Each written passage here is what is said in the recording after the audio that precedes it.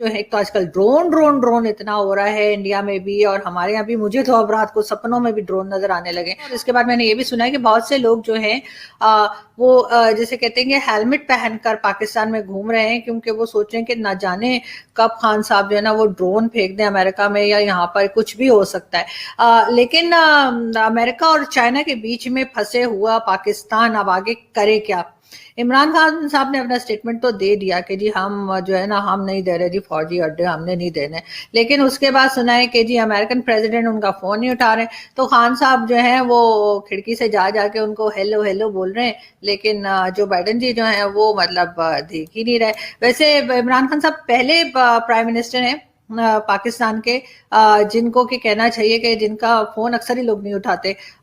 कभी मोदी जी नहीं उठाते, तो कभी फ्रांस के प्रेसिडेंट प्राइम मिनिस्टर नहीं उठाते, और अब तो अमेरिका वालों ने भी उठाना छोड़ दिया।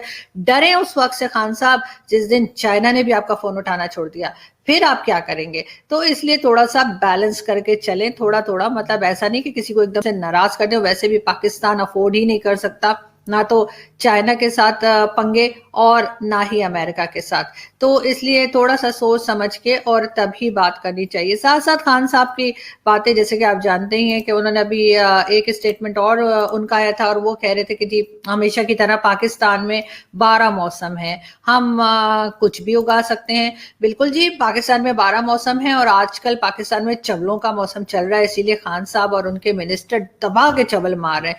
जैसे कि आप जानते ही हैं कि उनके, मैंने 2 दिन पहले भी आपको बताया था कि उनके जो एक मिनिस्टर हैं शौकत यूसुफजई, उन्होंने कहा कि जी हम तो सारी दुनिया को जो है अब हम लोन देने के काबिल हो गए, लोन लेने के बजाय अब हम लोन दे सकते हैं।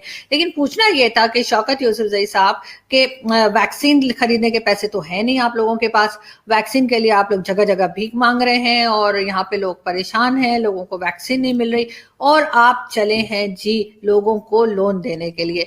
यहाँ पे मैं आपको शाह महमूद कुरैशी साहब जो हमारे फॉरेन मिनिस्टर हैं उनको भी बता दूं कि वो पहले हर पार्टी में रह चुके हैं। ये जो पिक्चर आप देख रहे हैं इसमें नीचे जो आपको ड्राइविंग सीट पे नजर आ रहे हैं नवाज शरीफ साहब की गाड़ी चलाते हुए, ये बिल्कुल ये कार को जो है वो शाह महमूद कुरैशी साहब ड्राइव कर रहे हैं। उसके साथ ही पीपल्स पार्टी में यूसुफ रजा गिलानी साहब के साथ वो आपको नजर आ रहे हैं, और ऊपर एक पिक्चर में अब वो फाइनली तो खैर नहीं कहना चाहिए, क्योंकि हो सकता है आगे वो कोई और पार्टी चेंज कर लें, लेकिन वो इमरान खान साहब के साथ भी हैं। तो शाह महमूद कुरैशी साहब पार्टीज बदलने में माहिर हैं, और ऐसा होता रहता है। लेकिन 2 दिन पहले असेंबली में क्या क्या हुआ, उसके लिए एक क्लिप और देखें। जनाब स्पीकर, आप खान साहब को बताएं कि इस शख्स को पहचाने। मैं तो बचपन से देखते आ रहा हूं, बचपन से देखते आ रहा हूं।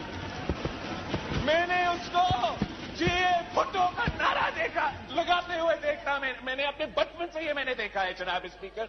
अपना वजारत बचाने के लिए मैंने तो इस फाजिल मेंबर को अगली बारी फिर जरदारी का नारा लगाते हुए देखा।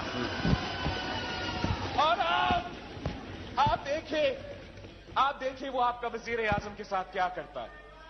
मैंने आपको एक रूल कोट किया, मैंने कोई रवायत, कोई ट्रेडिशन जानता हूं। जब ये इतने से थे, जब कोने में मैं इनको तब से जानता हूं। मैं इनको भी जानता हूं, इनके बाबा को भी जानता हूं।